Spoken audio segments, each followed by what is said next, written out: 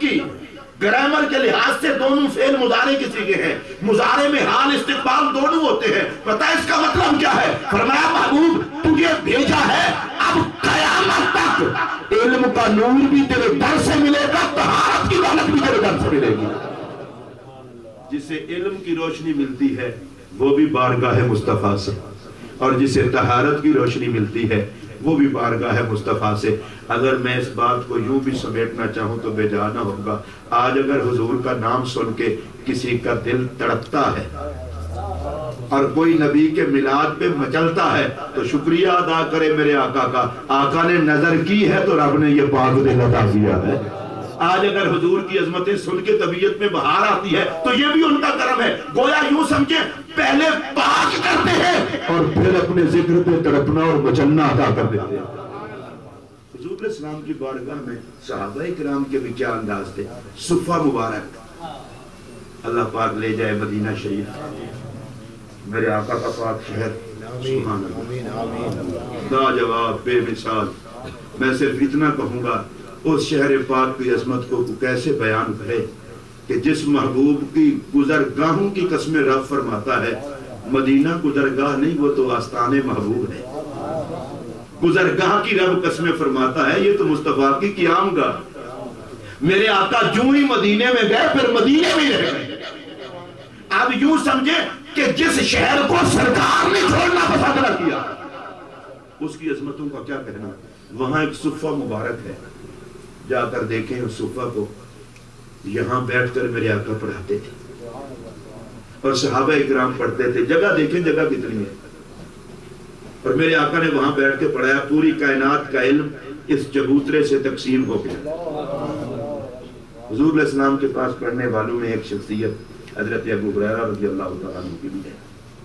یہ کہتے ہیں کہ میں رسول کرم صلی اللہ علیہ وسلم کے پاس پڑھتا تھا، مختلف قسم کے لوگ تھے، مہاجرین وہ منڈیوں میں جا کے کام کرتے تجارت کا، انصار صحابہ کھیتی باڑی کا کام کرتے، اور میں کہیں بھی نہ جاتا اس ڈر کے مارے کہ میں کام کرنے جاؤں آقا کوئی بات ارشاد فرمائے میں سن نہ سکوں تو میں نے تجارت کو کیا کرنا، میں نے کھیتی باڑی کو کیا کرنا ہے، نہ کوئی کمائی نہ کچھ۔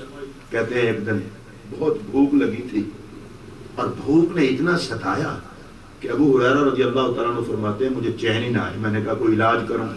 دوسری طرف میرے حضور کے نوکر تھے، نبی کے منگتے کسی سے مانگے کیوں۔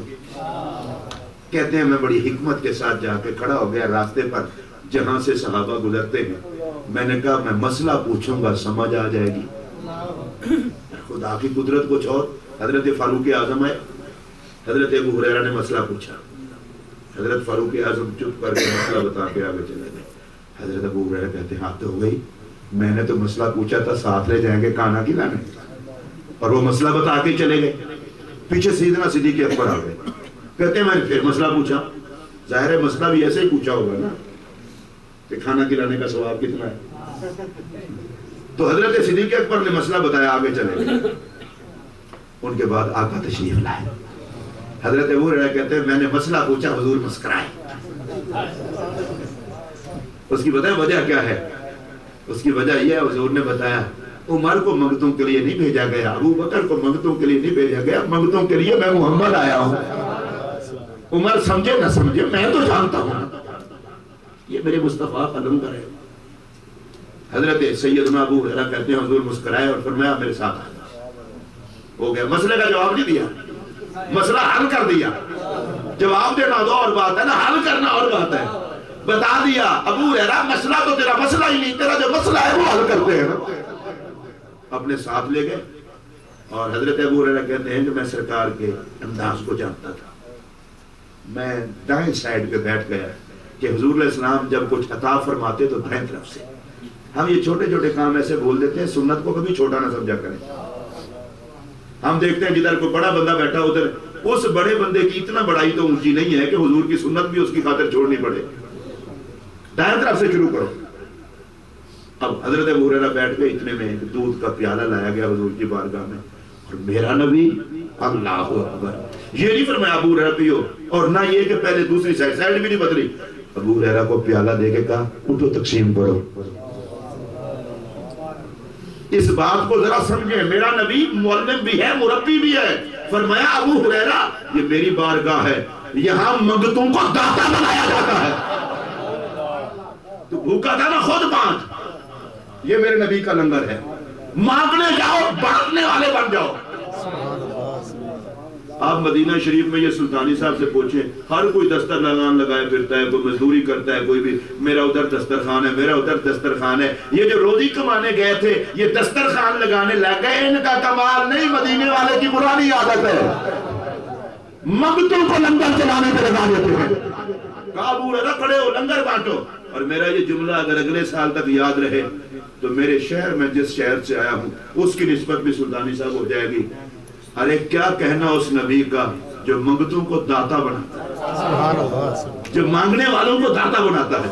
حضرت ابو ہریرہ کہتے ہیں میں کھڑا تو ہو گیا، اندر اندر سے میرا دل نہیں کر رہا، میں کہ ایک پیالہ دھوتا ہے، وہ آقا مجھے ہی دیتے، بھوک پڑی ہے، لیکن میں نبی کا غلام تھا، حکم کا پابند تھا۔ میں نے ایک کو دیا، دوسرے کو دیا، تیسرے کو دیا، سارے پیتے رہے۔ اور ایک بات یاد رکھنا، بڑے غلط ذہن کے وہ لوگ ہیں جو یہ کہتے ہیں جی یہ کیا ہو گیا کیا ہو گیا، کروڑوں کما کے بھی جن کو صبر نہیں آتا۔ مصطفیٰ کا لنگر سمجھ لیں تو لنگر میں کبھی کمی نہیں ہوتی، نیت کو ٹھیک کرنا چاہیے بندے کو۔ حضرت ابو ایوب انصاری کہتے ہیں کہ میں نے سرکار کی بارگاہ میں لنگر کھانا پیش کیا، حضرت صدیق اکبر اور نبی پاک کے لیے 2 بندوں کا کھانا پیش کیا۔ حضور نے فرمایا ابو ایوب جاؤ 30 انصاری لے آؤ۔ 30 انصاری میں بلا لایا، حالانکہ صحابی اور مرید تھے، یہ نہیں کہا حضور لنگر 2 آدمیوں کا ہے، وہ کوئی ہمارے جیسے مرید تھوڑے تھے۔ ان کو پتا تھا میں نے جو اوقات تھی ظاہر کر دیا، لنگر جانے نبی جانے۔ 30 آئے وہ بھی کھا گئے، فرمایا 60 اور لے آؤ، 2 بندوں کا کھانا۔ 60 لائے وہ بھی کھا گئے، فرمایا 70 اور لے آؤ۔ ابو ہریرہ کہتے ہیں میں، حضرت ابو ایوب کہتے ہیں میں ٹکتا ہی رہ گیا۔ وہ آئے 180 بندے کو حضور نے کھلایا، میں حیران تھا، میں جو لایا تھا اس میں تو کچھ کام ہی نہیں ہوا۔ اور حضرت ابو ایوب اگلی بات کرتے ہیں، کہتے ہیں میں تمہیں لنگر کا کمال بتاؤں، جو جو لنگر کھاتا گیا مصطفیٰ کا کلمہ پڑھتا گیا۔ لنگر میں برکتیں بڑی ہیں۔ ایک پیالہ دودھ کا تھا اور پیالے میں کتنا دودھ ہوتا، پیالہ ہی تھا جو ہاتھ پہ اٹھا لیا، تو 4-5 من کا تو نہیں تھا، پیالہ ہی تھا۔ سب نے جب پی لیا نا، ایک میرے نبی نے اور تربیت کی، یہ سبق بڑا سننے والا ہے، ایک اور تربیت کی، خود پیٹ فل ہو کے کسی کو کھلانا، یہ کیا کمال ہے۔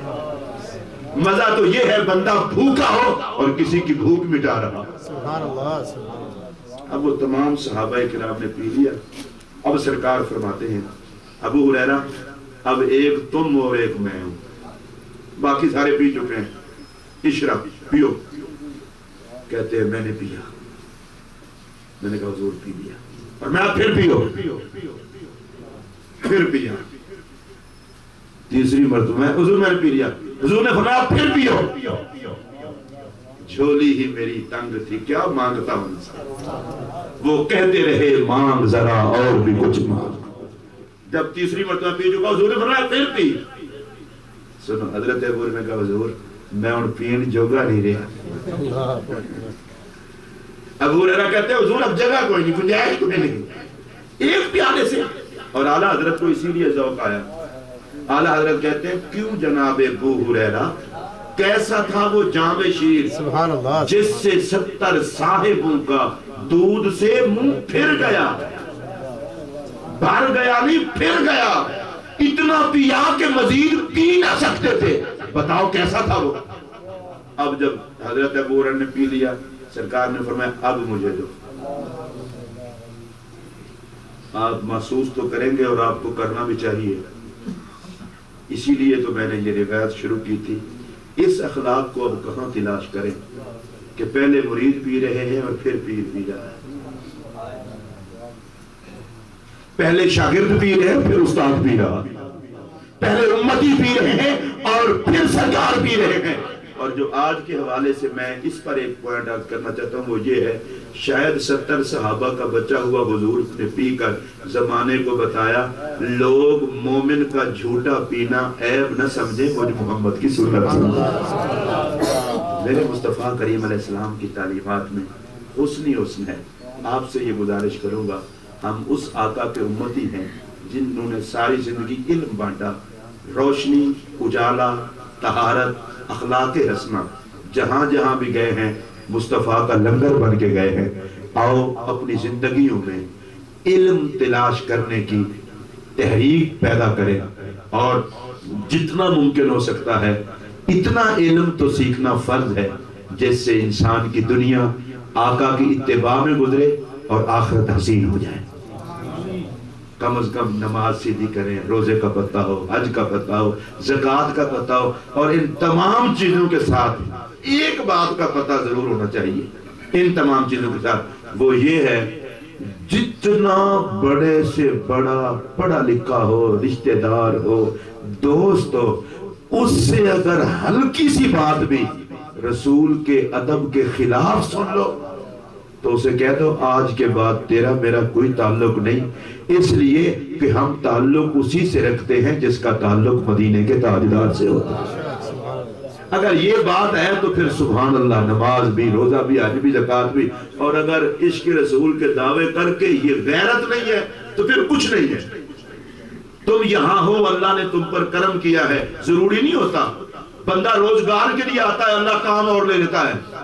تم امریکہ میں رہ کر بھی نبی کے دین کی خدمت کر سکتے ہو، اور کچھ نہ کرو، حضور کی شریعت کے پابند ہو کے لین دین کرو، بازار میں آؤ، جہاں رہتے ہو پرامن ہو کے رہو، لوگ دیکھیں گے تمہیں اور نوکر میرے نبی کے بن جائے گا.